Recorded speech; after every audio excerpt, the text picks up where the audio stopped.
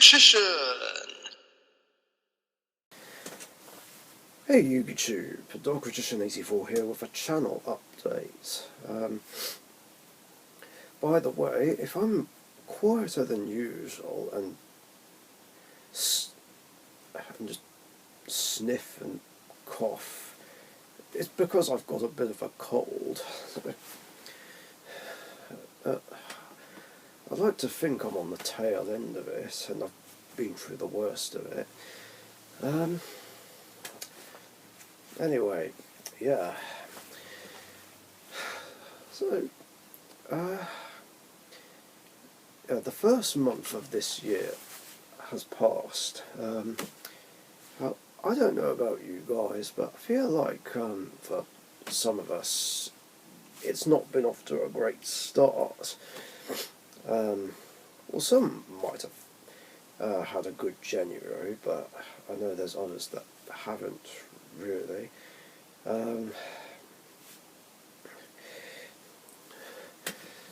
Whereas for me personally, there were some annoying YouTube matters.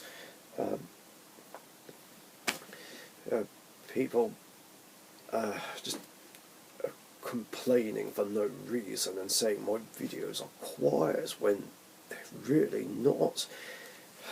Someone taking something I've said completely the wrong way again. Like I said, these are just two things that I'm sick and tired of.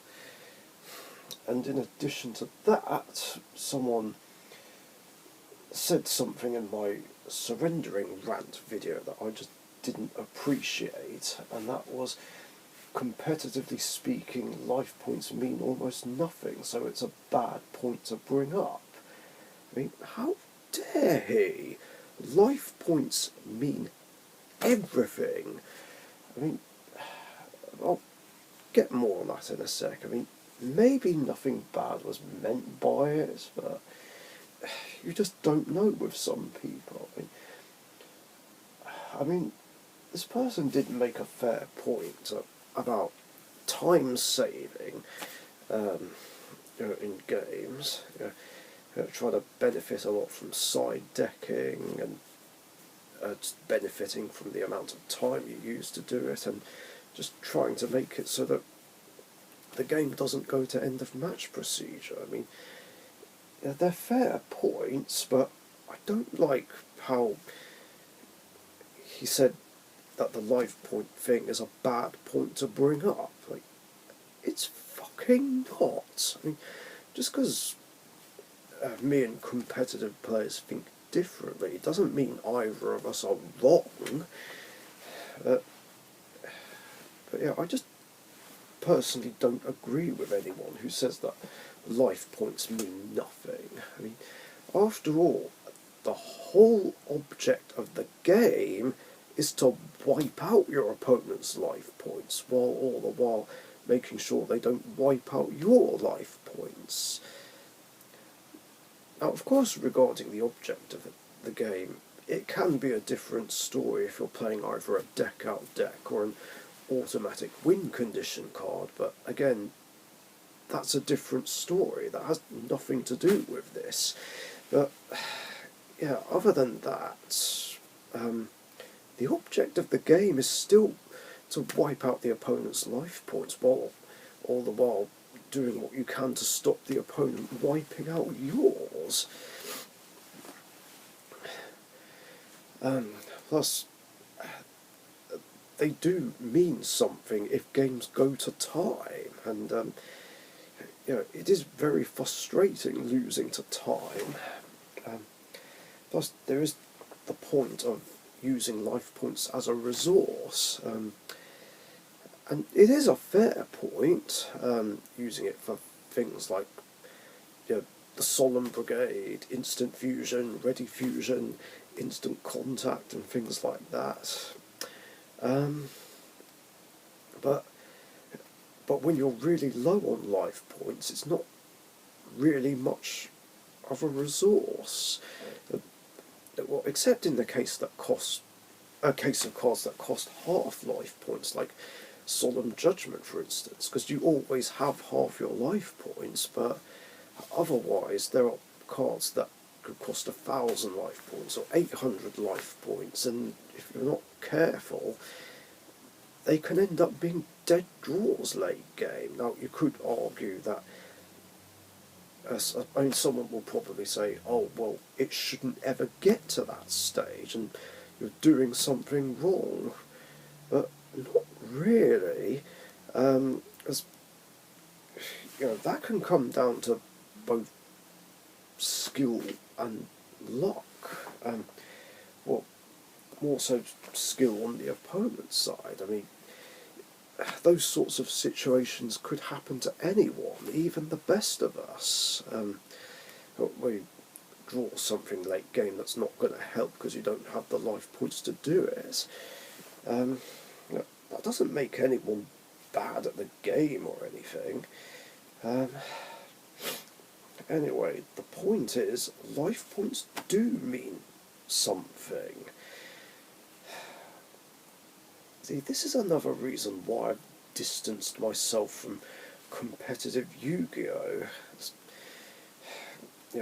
Elitist snobs and players with too much of a competitive mindset can be absolute jerks who just disregard certain things that are said like it's nothing. I know not every competitive player does this, but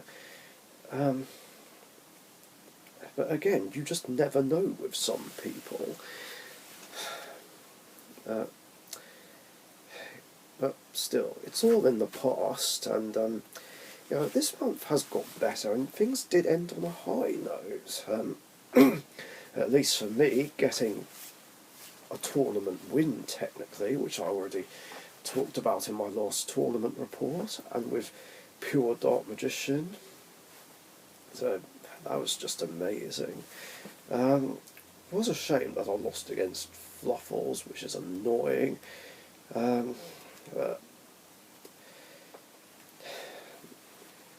But I'd like to think I have a better idea of how to deal with them.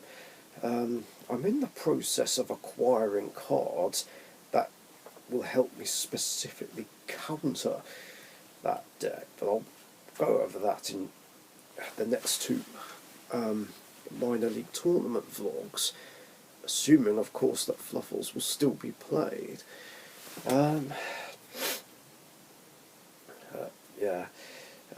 It was nice ending off the last tournament of a month with a big win. So, yay, that's fantastic. As well as some amazing time spent with Emma, celebrating her birthday, seeing an old friend of hers, and going to a surprise birthday party. So that was fun stuff. Now, before I get into the other stuff I wanted to talk about, here's an interesting question. Why is it that certain people are still asking me if I'll go to DU, even though I've already said in 2 videos that I don't go there anymore? I mentioned it in my first minor league pre-tournament vlog video, and also one of my Q&A episodes. I'm pretty sure it was episode 121, but yeah, I already said that I don't even go there anymore, for reasons that I've already talked about twice, and I don't really want to go over them again, because I actually hate repeating myself. I don't like having to say the same thing over and over again, but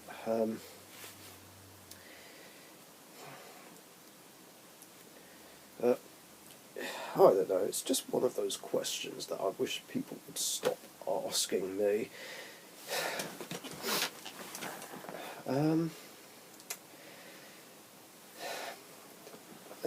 Next thing, formats. I've been thinking about joining in on the common charity tournaments that Tabletop Republic sometimes does, although they've not done it for a while. And I've been asking about it, and I might be interested in joining in. Now, basically, the main rule for that is basically only cards that have had a common printing are allowed. So I just assumed that all the cards had to be common, but that's not the case. As long as it's had a common printing, it can be played, whereas if there's no common printing at all for a certain card, it can't be used.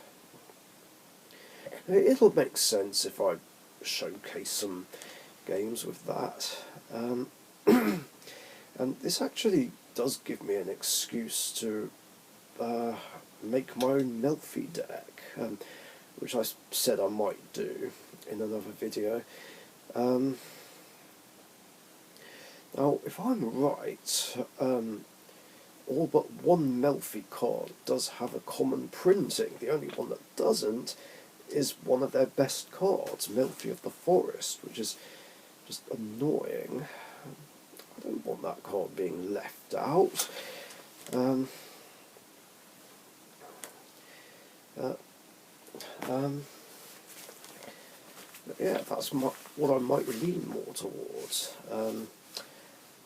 Does also mean I can't use Ronin Raccoon or Zeus, unfortunately,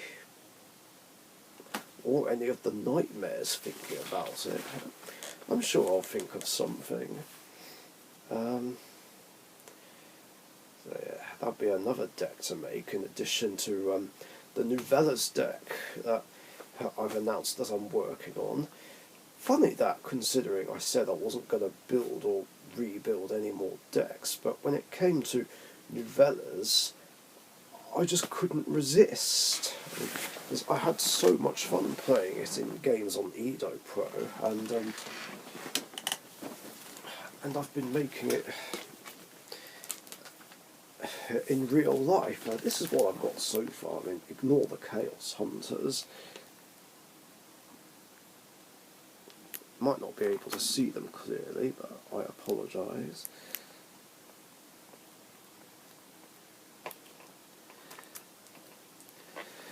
Now, there were suggestions that have been made, including playing the Pendulum Fusion, which apparently goes with them, and that quick play spell that special summons the Fusion and the Pendulum, Poissonneur de Novellas, to one to my side, one to the opponent's side, but I don't really see much benefit in that. I mean, yeah, it makes sense to give the opponent a monster so I contribute it with the rituals, but I just don't know if I want to do that, really. I kind of like playing the deck the way it is. But I will consider changing the ratios around that I've done for it. So it'll be fine. Can't wait to finish it though, although I may have to raid the bulk for more cards if need be, for both decks. But yeah, once I finish those, that'll mean I'll have 7 current format decks, technically.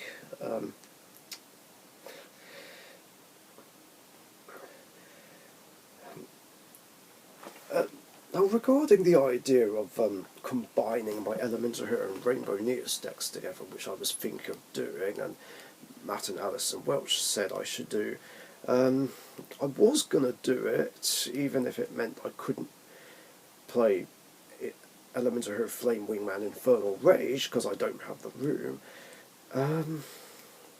I've decided not to go through with it. I was thinking about doing it anyway, and playing it under my own custom ban list and format, But then I thought, I just don't know. I'd rather use the extra 5 slots, because under this format the extra deck limit is 20, but I'd rather use it for Elemental Hero Fusions that I really miss playing.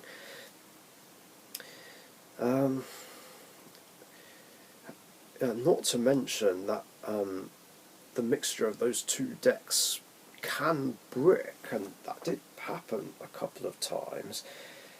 On paper it is a good idea, but I'd rather just play Elemental Heroes and Rainbow Neos as 2 separate hero decks.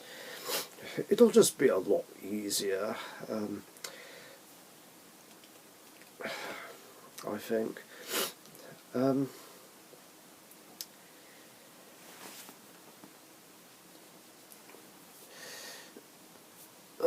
Yeah, going back to the Nuvellas deck, hopefully I can pick up the remaining cards in trades, because I really don't want to have to buy the rest of the cards. That being said, I might get a Wild Survivors box, but I'm not sure.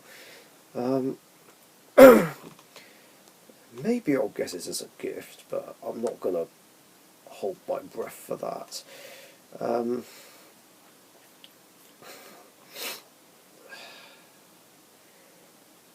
But yeah, it depends how much the rest of the cards cost, really. We'll see, though. We'll see, and that can be something else I'll play in a future minor league tournament.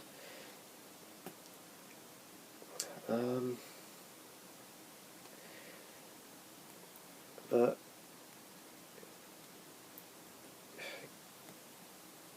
going back to current format Yu-Gi-Oh,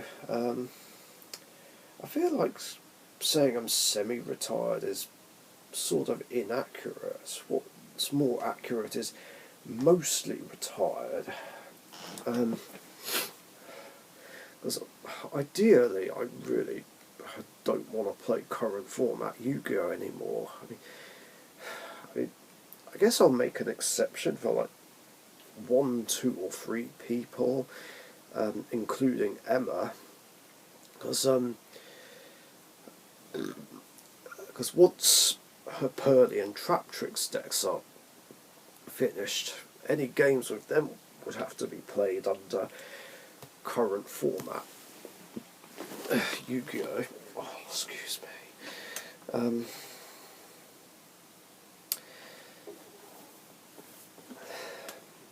Not that I want to play against Traptrix, but if I do, then I'm just using Dark Magician and Elemental Heroes, because I feel like they're the best decks I have that can deal with Traptrix. Of course, ideally, I don't want to face Traptrix ever again. Now, Common Charity and Minor League, I guess, well, are other exceptions, but they are technically forms of current format Yu-Gi-Oh, but they do have their own rules and own ban lists. And of course I'm still willing to play in minor league tournaments, at least for now, even though they're not perfect. But it's still better than normal Yu-Gi-Oh! I will give it that. But yeah, other than that, I don't want to play current format Yu-Gi-Oh! Anymore, for reasons that I've already discussed in another video. If anything, I just want to get games under my own custom ban list going, which I still will show, talk about properly in another video, showing what the ban list is for that. So, I mean, I already said what 2 of the rules are, whoever goes first can draw, and there's a 20 card extra deck limit. I mean, so far, Matt and Alison Welch are definitely up for it. Emma's willing to give it a go. Sparkman is curious to give it a go. But I wonder if he still will be once I show what the ban list is for that. Because at least with the 20 card extra deck limit,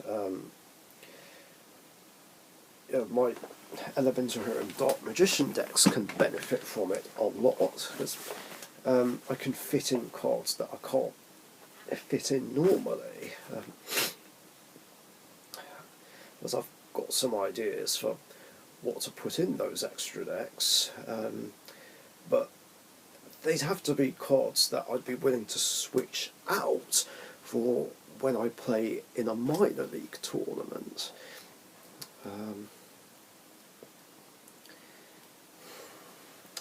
So yeah, that's that. And then of course, like I said, I'm still willing to do pass format games and speed duel games, but yeah, I think that's everything I wanted to talk about. So yeah, thanks for watching, stay safe, and I'll see you guys later. And hopefully I'll be more well for upcoming videos.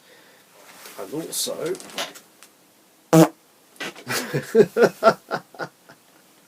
see you guys later. Can't smell that.